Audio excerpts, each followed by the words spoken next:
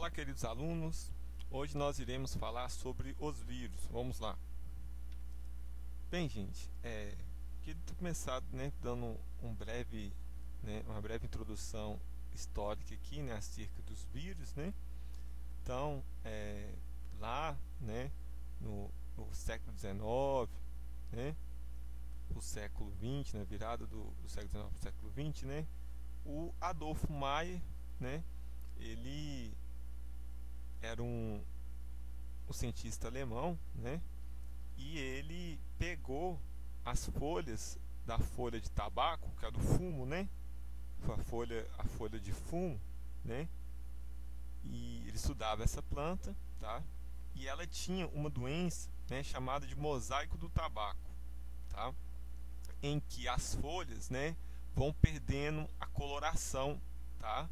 Em certos lugarzinhos da folha, tá? Formando como se fosse um mosaico, ok? E ele pegava o macerado dessas folhas, amassava, e aquele líquido misturado com a folha amassada com a seiva, ele esfregava numa planta saudável, tá? E ao esfregar a planta doente na planta saudável, contaminava a planta saudável, entendeu?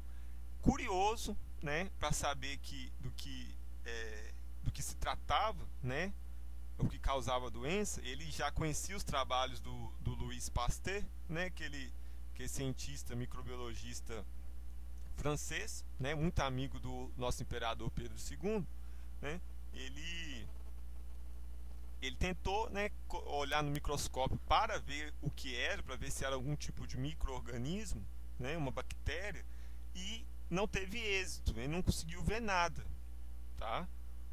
Ele não conseguiu ver nada, porque era vírus, ele não sabia que era um vírus ainda, um vírus é muito pequeno, Então, posteriormente, o Dmitry Ivanovsky, era também um cientista, só que agora russo, ele pega a seiva o macerado de folhas da folha de tabaco, tá? E coloca, num filtro, tá? de cerâmica, tá? Com os poros muito fininhos que retém bactérias, tá? O líquido passa, mas as bactérias ficam agarradas, ok? A bactéria é muito pequena, gente, muito pequena mesmo, Daí da escala dos micrômetros, 2 micrômetros, 10 micrômetros, muito pequenas mesmo, E ele filtrou, o macerado de folhas com o líquido da planta, E ele pegou aquele líquido, e mesmo assim continuava contaminando as plantas saudáveis ao passar esse líquido filtrado. Então ele deduziu que poderia ser algum tipo de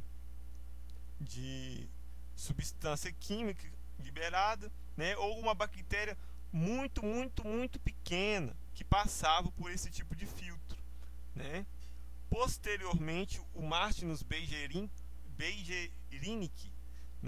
ele era um holandês, tá? Ele descartou, ele comprovou que a ideia do Dmitry não estava correta, porque ele colocou o líquido filtrado, numa cultura, de placa de Petri, Quem não sabe, a placa de Petri é uma tigelinha transparente onde se coloca agar, uma substância, nutritiva para o crescimento de bactérias, entendeu? Aí ele colocou esse líquido, filtrado da folha de tabaco com a doença, nessa placa, e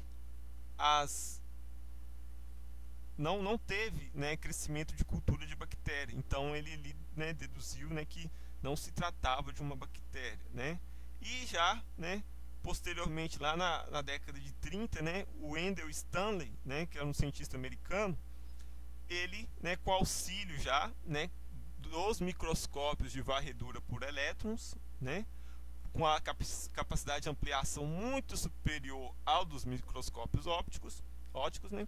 Ele foi, né, e conseguiu cristalizar aí, né, pela primeira vez aí os vírus, tá? Então os vírus, né, vem da palavra vem do latim, que significa veneno, tá, gente? Então essa daí foi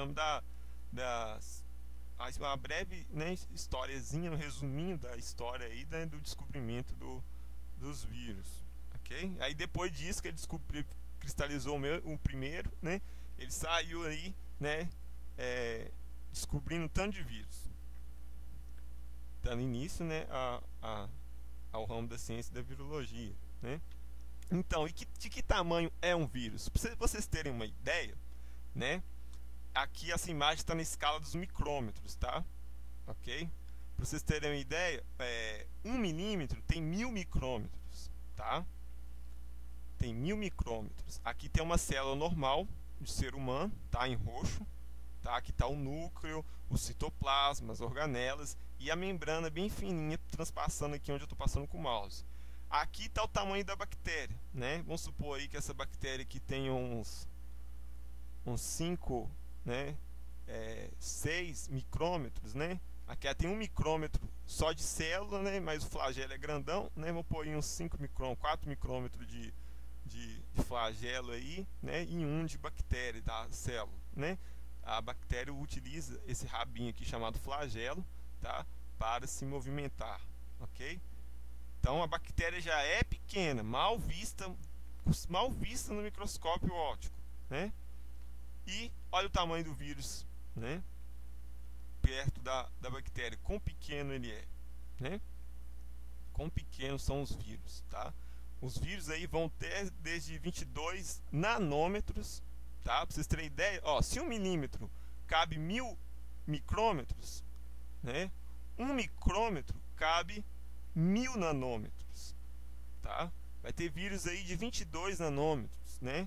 Muito pequenos. Grande parte dos vírus são muito pequenos, gente, em comparação às células e às bactérias normais, tá? No entanto, eu vou deixar um link aqui na descrição, tá, do vídeo, falando um professor meu da UFMG, tá, em que ele descobriu, né, um dos maiores, se não o maior vírus existente, tá? Ele o batizou de Tupã vírus, em homenagem, né, ao deus dos índios, né, guaranis, né, que o Tupã é o deus dos índios guaranis, né, e ele tem a manifestação dele em relâmpago, né, do trovão, né, não é o deus do trovão, né, mas tem a manifestação, né, a manifestação desse deus na cultura indígena seria o trovão, né? Então ele batizou em homenagem a essas tribos, né, de Tupã vírus, tá?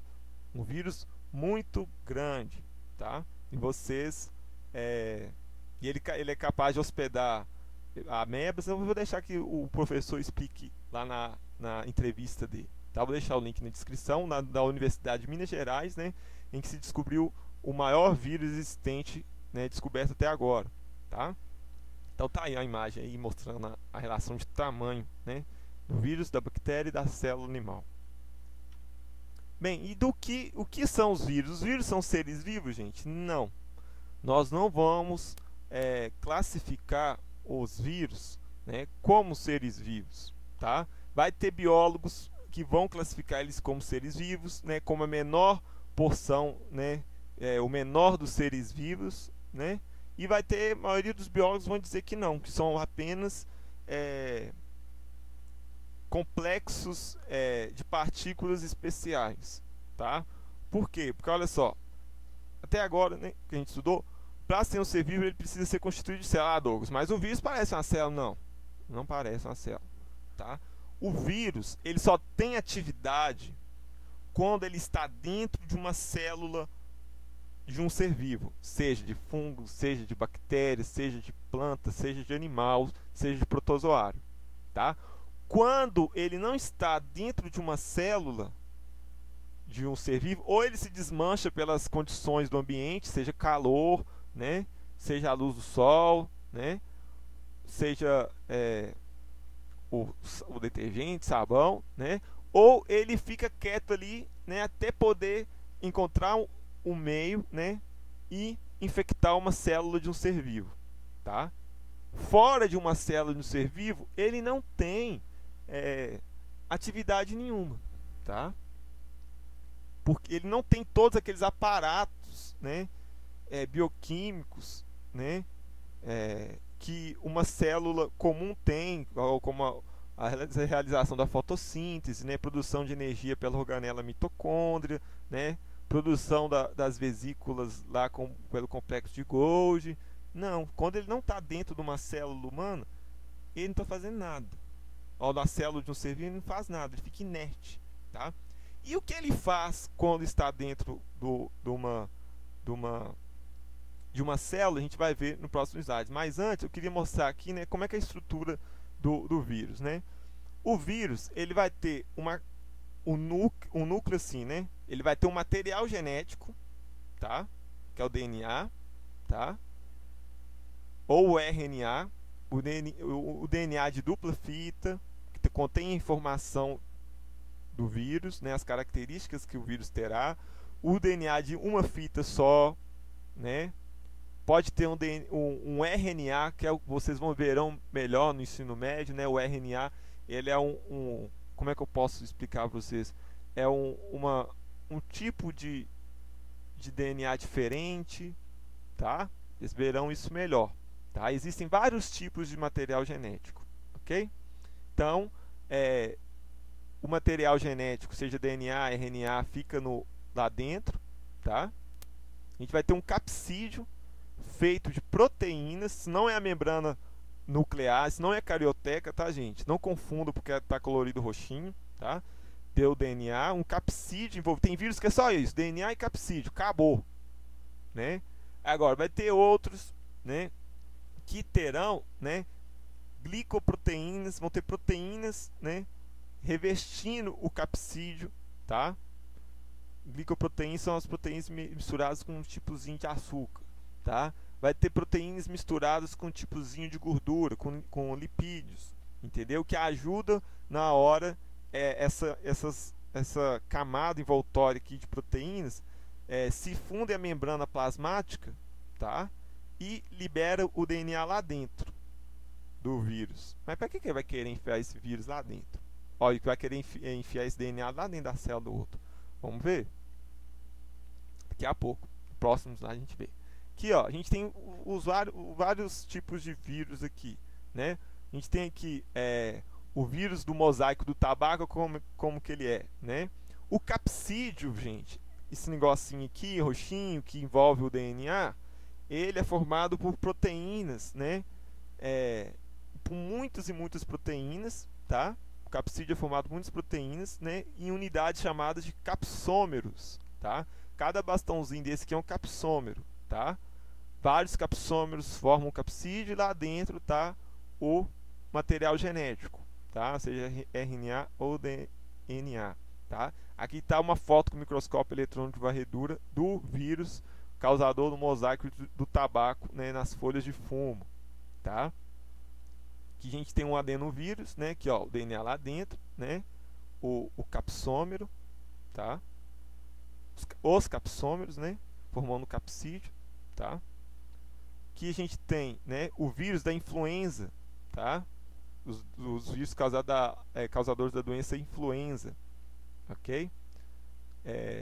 A gente tem aqui, né, os RNAs ficam lá dentro, né? O capsídeo formado por capsômero, né, envolvendo os DNAs, os RNAs, o material genético, tá?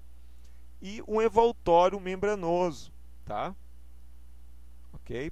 Um pouco parecido com os das células. Na hora que ele encosta numa célula de um animal, isso aqui se funde a célula do animal e ele joga o material genético lá dentro, tá? A gente tem um bacteriófago.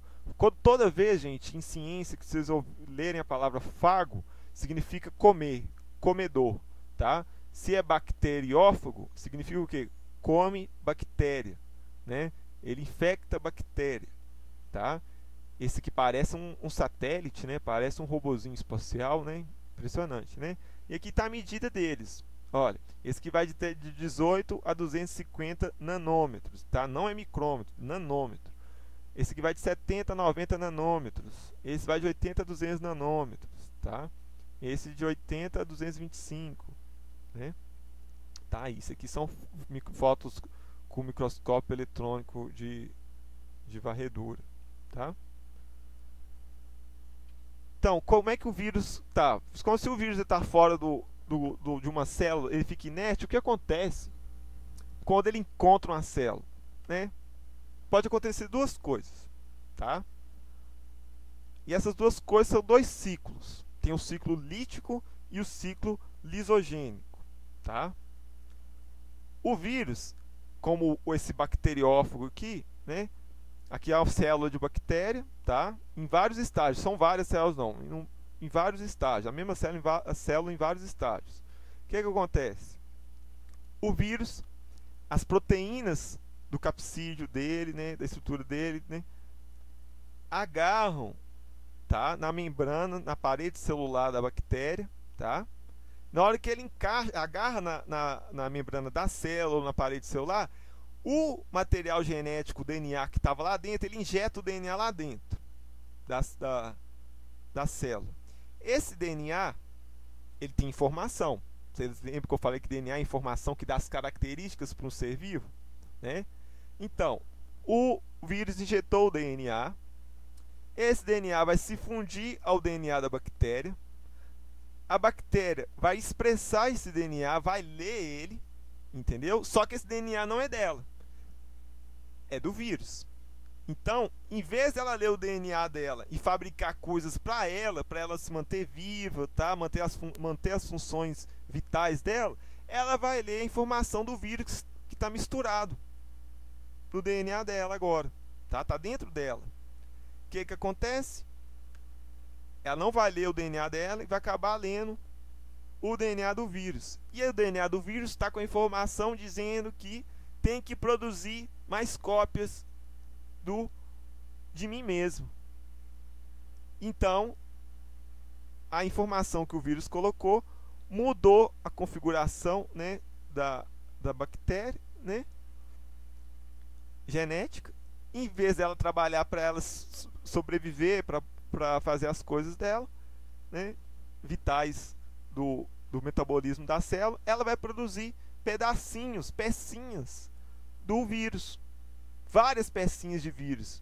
Essas pecinhas vão ser montadas lá dentro da célula, como se fosse uma fábrica, tá? E vai enchendo de pecinhas de vírus até que a célula estoura a membrana junto com a parede celular com um tanto de novos vírus montados. E esses vírus, né, vão se espalhar pelo corpo, ou pela planta, pelo líquido que seja, na água, no ar, né, na corrente sanguínea de um bicho, de um ser humano, e vão infectar novas células e vão fazer o mesmo ciclo de novo, tá? Esse é o ciclo lítico, ok? Onde há a montagem, né, de novos aparatos, né, que construirão novos vírus. E pode acontecer também do vírus injetar o DNA na bactéria e esse DNA se fundir ao DNA da bactéria, né, e ficar lá sem produzir novos vírus por bastante tempo, entendeu? Misturado ao DNA da bactéria ou do outro ser, de qualquer seja o outro ser vivo, e não se manifestar, entende? Mas pode chegar uma hora que ele pode ser lido, né, e começar a produzir, né, o ciclo lítico, né? O ciclo em que o DNA do vírus, né, é incorporado ao DNA da célula, né, e não é manifestado, é chamado de ciclo lisogênico, tá? O ciclo em que o DNA é incorporado, o DNA do vírus é incorporado ao DNA da célula e produz, né, força a célula a produzir novas cópias dele mesmo, é chamado de ciclo lítico, ok? Beleza? Então tá. Qualquer coisa que vocês não entenderam, manda pergunta para mim que eu respondo no e-mail, tá? No site da escola. Bem, então, tá aí doenças, né, que são causadas, né, por vírus, né, a catapora, né, já a maioria das pessoas tem durante a infância, tá, que até onde eu sei não tem vacina, até onde eu sei, tá, não tem vacina, tá, né, tem gente que manifesta, não pegou na infância e manifesta na vida adulta, né, os vírus, né, da herpes, né, tanto herpes bucal, né, que é o famoso sapinho, quando a pessoa está com imunidade baixa, o sistema imunológico dela está baixo, né, então o vírus da herpes sai das células neuronais dos lábios, né, e da boca e vão para a pele, tá? Não tem cura, tá? Então vocês tomem cuidado com quem vocês andam beijando na boca aí, tá? Cuidado com as bocas que vocês andam beijando por aí, né? Para não pegar herpes aí, né? Brincando, mas grande parte da população humana tem herpes e convive, né? Com essa herpes. E tem a herpes genital, que é um pouco mais grave, né? Que no caso, né, é transmitido durante relações sexuais sem uso de, né, preservativo, tá? A gente tem também, né, o sarampo, tá? Causa aquelas pintinhas, né, na pele também, né, que pode causar a morte, né, que é transmitido, né, pelas vias respiratórias, né, por gotículas de saliva, tá? A gente tem também a varíola, tá, que também é transmitida, né, por gotículas de saliva de pessoa, né, para pessoa, né? Não há tratamento, né? E no caso aí usa vacina para se precaver dela, né? No caso tem a vacina, né? A poliomielite, né? Então essas aí são doenças que já tem que tomar vacina quando é criança, gente, né? Porque pode causar, né, paralisia, né? No caso da poliomielite, né, ataca as células nervosas, né, que mandam impulsos, né, para os músculos, né, motores, tá? Também tem a raiva, né, que ela é transmitida, né, por cães, né, e gatos contaminados com o vírus da raiva. Eu já tomei essa vacina porque uma vez eu estava saindo de moto e o cachorro me mordeu e eu continuei andando. Aí eu fiquei na cabeça, não, nem sei quem que era o cachorro, de quem que era o cachorro, e se ele tivesse raiva? Aí eu corri e no pronto-socorro e tomei vacina, né? Tive que tomar umas 3 vezes, a vacina dói, tá? Não só por cães que transmite a raiva, tá, gente? Ela é transmitida também por morcegos, tá? Dependendo do morcego, né? Se ele morder uma pessoa, tá? Se ele estiver infectado, os recipientes, né? Os hospedeiros, né, naturais do vírus da raiva são os morcegos, tá? Às vezes ele pode morder um cão à noite, né? E transmitir o vírus, tá? E não tem cura. São raros os casos em todo o mundo em que uma pessoa conseguiu, né, reverter, né, naturalmente, né,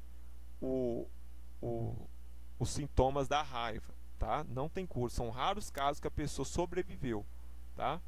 A raiva, ok? Não é morrer de raiva, de irritação, não. É doença causada por vírus. A pessoa fica babando, tá? O cachorro que geralmente está com raiva também fica babando demais da conta. É claro que tem cachorros que babam naturalmente, tá? A dengue, né, bem conhecida do nosso país e do nosso estado, né, transmitida pelo mosquitim, a Aedes aegypti, né, os culicídeos lá, né, e causa, né, a febre lá, né, eu quase perdi a minha mãe quando era garoto por causa da dengue hemorrágica, né. Então, não deixa água acumulada, né. Evita ficar jogando lixo no chão, copo quando vai nas festas, né? Se não catar, chove, faz poça d'água, né? O mosquito põe um ovo, né? Então é sério, tá? Não deixa a água acumular em pneu, em garrafa dentro de casa, ok? A febre amarela também, né? Transmitida por mosquito, tá? Também do nosso país aí, né, tem que se tomar a vacina, tá? Tem a vacina para febre amarela. Sempre quando for para uma região, né, vai passear no interior, né, para roça ou para outro estado, onde tem muita mata, muita floresta, tome a vacina da febre amarela, né? O resfriado comum, tá? O resfriado comum, a SARS, né? São transmitidos, né, por o vírus, os vírus do tipo corona, tá? Do mesmo do coronavírus aí que, né, causou essa pandemia aí no mundo inteiro, né?